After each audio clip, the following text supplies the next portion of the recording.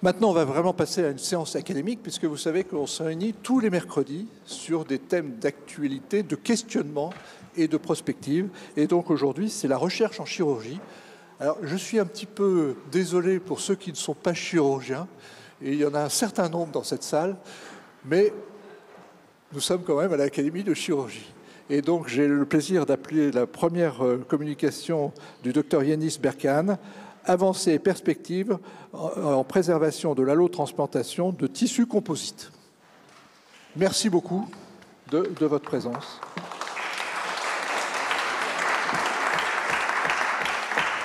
Puisque vous êtes également aux États-Unis. Voilà, à Harvard.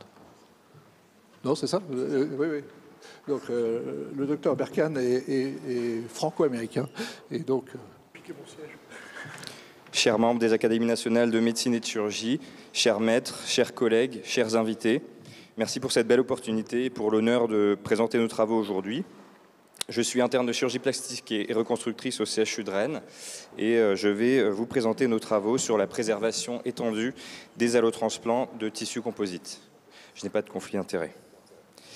Les allotransplantations de tissus composites vascularisés sont une entité à part. On considère dans cette entité les transplantations de face, de main, de pénis, d'utérus, de parois abdominales et de trachée. Récemment, une équipe à New York a réalisé la première transplantation combinée de visage et de globe oculaire. Il s'agit de procédures très spécialisées et rares, avec moins de 300 cas à ce jour, mais en expansion. En France, on est fiers d'avoir porté les premières mondiales en greffe de face et de main par les professeurs Dubernard et de Hochel et par le professeur Benoît Langelet aujourd'hui présent. La principale différence avec les organes solides réside dans la variété des tissus qui sont chacun spécialisés avec chacun ses contraintes. La peau, par exemple, est un challenge sur le plan immunologique, alors que le muscle est très sensible à l'ischémie. Et puis on a d'autres spécificités comme le besoin de réinnervation à terme, ce sont des transplantations fonctionnelles, et aussi la correspondance du phototype, tout cela augmentant la difficulté globale. Nous allons donc parler de préservation des ATC. Un premier objectif est de diminuer le rejet, diminuer le taux de rejet en réduisant les lésions d'ischémie-reperfusion qui sont responsables d'un relargage antigénique qui participe au rejet. De plus, en permettant une préservation plus longue, nous pourrions augmenter le nombre d'organes disponibles et améliorer la compatibilité entre les donneurs et les receveurs.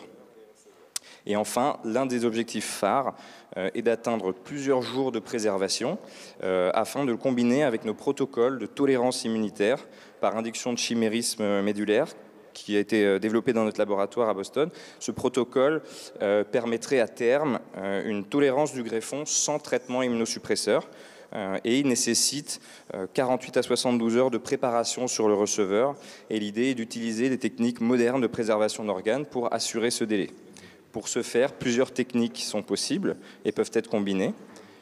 Elles sont statiques ou dynamiques. Elles varient principalement par la température qui influe sur le métabolisme de l'organe et qui influe également sur le type de perfusat.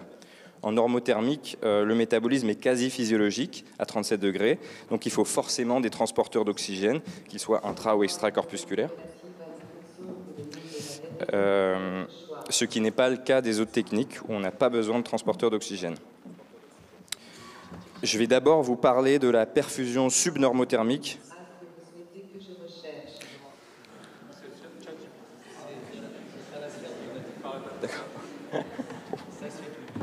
D'accord. Donc je vais d'abord vous parler de la perfusion subnormothermique qui correspond globalement à une température ambiante entre 18 et 21-23 degrés. L'hypothèse était que l'on pouvait optimiser cette technique pour atteindre 24 heures de préservation contre 2 à 6 heures actuellement avec le gold standard à 4 degrés Celsius. Ensuite, je vous parlerai des techniques de supercooling inspirées des précédents travaux du laboratoire sur le foie. Nos méthodes ici étaient de prélever sur le port des membres partiels. Dans notre modèle qui est ostéo-myocutané, l'entièreté des structures est bien vascularisée, comme on peut le voir sur les angiographies en bas à gauche. Une fois prélevés, ces greffons étaient soit perfusés en statique, soit perfusés à température subnormothermique, soit préservés en statique à 4 degrés pour le groupe contrôle. Ensuite, la transplantation était hétérotopique, c'est-à-dire qu'on plaçait le membre partiel dans une poche abdominale et non pas en orthotopique. et on se branchait sur les vaisseaux fémoraux. C'était donc une allotransplantation et les receveurs étaient sous immunosuppression avec une durée d'étude de 14 jours avant euthanasie et analyse des greffons. Avant de passer in vivo, notre équipe a testé de nombreux protocoles ex vivo avant optimisation.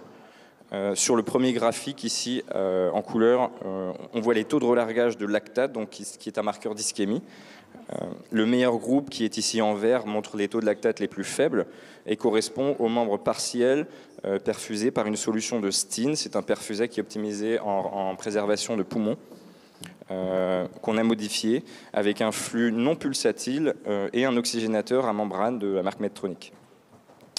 Ici, on voit que ce protocole permet une perfusion de 24 heures avec un flux moyen de 37 ml par minute, des résistances vasculaires qui se stabilisent rapidement et des paramètres métaboliques convenables. C'est donc ce protocole que nous avons choisi pour l'application in vivo et donc la transplantation. Les paramètres de monitoring sont ceux que l'on vient de voir et les plus importants dans la littérature et selon notre expérience sont le poids, qui reflète l'œdème, la résistance vasculaire, les gaz du sang et les paramètres métaboliques biochimiques.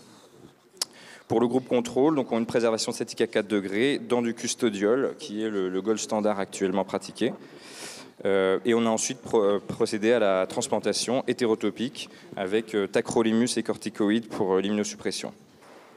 On a réalisé 4 greffes dans le groupe expérimental. Une a échoué malheureusement à cause d'une défaillance de coupleur veineux. On peut voir ici le suivi permis par la surveillance de la palette cutanée qui était notre indicateur de perméabilité des anastomoses. Sur le groupe contrôle à 4 degrés, sur les 3 cas, on a malheureusement dû euthanasier prématurément 2 animaux pour altération de l'état général sévère, mis sur le compte de la transplantation. Un animal contrôle est allé au bout des 14 jours et dans tous les cas, à la nécropsie, on retrouvait des vaisseaux perméables, ce qui nous laissait penser donc qu'il s'agit d'une réaction systémique à la transplantation et non pas d'un échec vasculaire. Surtout qu'à la biologie, les jours de dégradation brutale étaient marqués par des valeurs alarmantes de lactate et ou de potassium. Et notre théorie, c'est donc une nécrose différée du muscle a provoqué ces dégradations brutales qui nous ont poussé à l'euthanasie. On n'avait pas de différence sur l'anumération formule sanguine et malheureusement, n'étant plus sur place, j'attends toujours les résultats de marqueurs de rhabdomyolyse qui peuvent être très intéressants dans ce contexte. À la nécropsie, l'aspect macroscopique était déjà intéressant.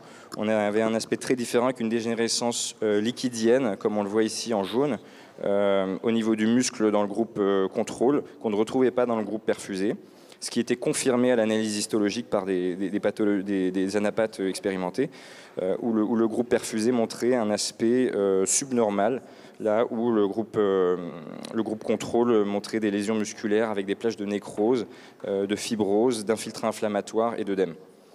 Un score développé par une équipe hollandaise permettait de chiffrer ces différences et on trouvait une différence significative en fin d'étude. En conclusion de cette partie de l'étude qui a été la plus publiée la semaine dernière, la perfusion subnormothermique acellulaire permet de préserver ces ATC 24 heures avec une supériorité versus contrôle. Des signes d'ischémie sont toujours présents, que ce soit ex vivo ou in vivo, mais sans retentissement clinique. On avait une bonne concordance clinico-histologique et on sait maintenant que la technique contrôle n'est pas viable pour 24 heures de préservation. Maintenant, on veut attendre 48 heures et pour cela, soit on essaye d'utiliser la perfusion au-delà de 24 heures, mais on est limité par l'œdème, qui est expliqué par des lésions mécaniques que nous sommes en train de caractériser par microscopie électronique, soit on se tourne vers une technique statique. Donc maintenant, je vais vous présenter nos résultats préliminaires sur le supercooling, qu'on peut traduire en surfusion en français, qui consiste à permettre un stockage à température négative sans congélation par l'utilisation de différents agents cryoprotecteurs. Le supercooling fait partie des rares techniques qui explorent en biologie les températures négatives et qui permettent d'éteindre le métabolisme cellulaire et donc d'envisager un stockage très prolongé. L'animation avec la bouteille est très connue des professeurs de physique-chimie au lycée et montre un exemple de surfusion. Et ça montre qu'il s'agit d'un état très instable. Dès la moindre secousse, la bouteille d'eau stockée au congélateur cristallise immédiatement.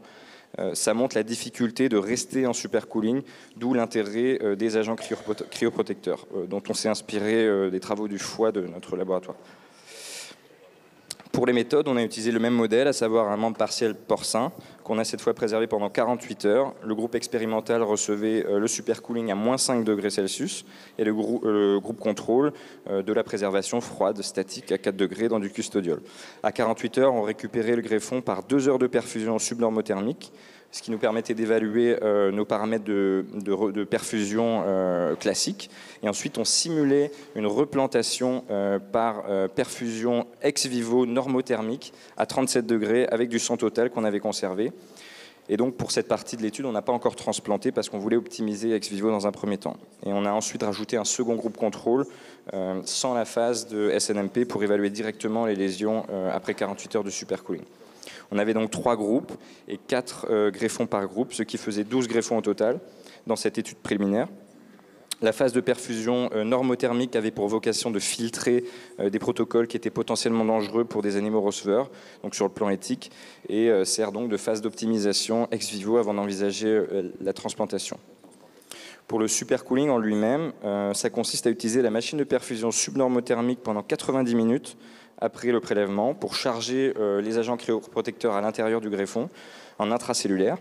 Après ça, le greffon est stocké à moins 5 degrés pendant 48 heures, puis récupéré par réchauffement progressif au bain-marie, puis par perfusion subnormothermique pour la première phase, suivi par la phase d'évaluation normothermique au sang total pour mesurer notre qualité de préservation. Voici le circuit de perfusion utilisé où on voit le greffon en 1 qui est perfusé via l'artère fémorale, qu'on voit en 6. Le capteur de pression en circuit fermé est placé en amont de la canule artérielle, ce qui nous donne un reflet des pressions à l'intérieur du greffon.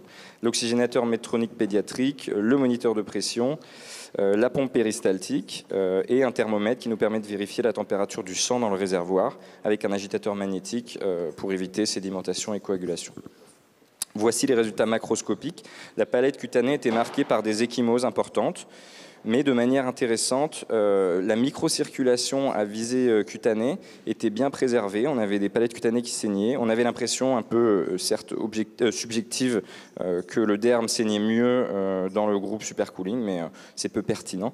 Sinon, sur le plan macroscopique, on avait peu de différence entre les 2 groupes contrôle et le groupe expérimental. Les paramètres de perfusion étaient meilleurs dans le groupe supercooling, principalement sur la compliance vasculaire, matérialisée par les résistances vasculaires mesurées, et on avait globalement peu d'œdème dans tous les groupes. Sur le plan métabolique, le pH était plus bas et le relargage de potassium plus important dans le groupe supercooling, ce qui est plutôt négatif. Mais le relargage de lactate était comparable, de même que la différence artério-veineuse en hémoglobine saturée. On pense que l'acidose et le potassium sont en bonne partie dus à la solution de supercooling, de cryopréservation, qui doit être encore optimisée, le custodiol étant acide et riche en potassium. Par contre, un paramètre majeur est la consommation d'oxygène qui était significativement plus importante dans le groupe supercooling, reflétant donc un meilleur métabolisme global et cellulaire du greffon. La consommation de glucose était quant à elle peu fiable à cause d'interférences.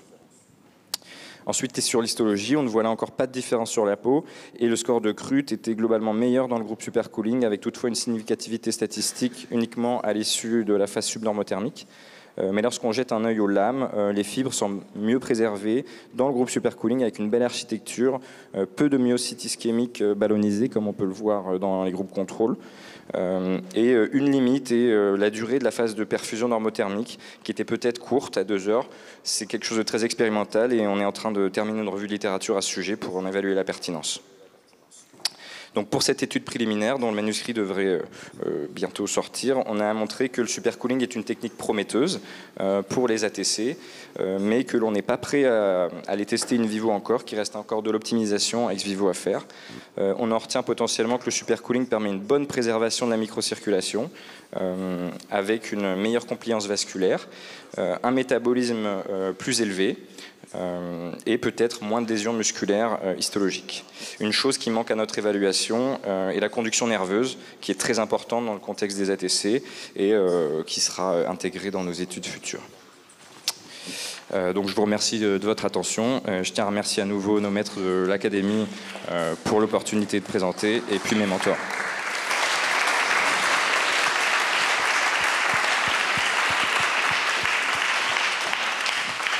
Docteur Berkham, c'est nous qui vous remercions. Relation parce que vous avez quand même eu les 4 communications qui vont se suivre ont eu le prix des académies. Donc c'est médecine, toutes les académies. Et c'est une sélection très compliquée, très difficile et qui apporte quelque chose. Et donc la transplantation, c'est quand même quelque chose de très très important. Et donc merci pour tous vos travaux. Merci. Et surtout continuez, parce que ça peut nous intéresser, même à titre personnel. Merci beaucoup.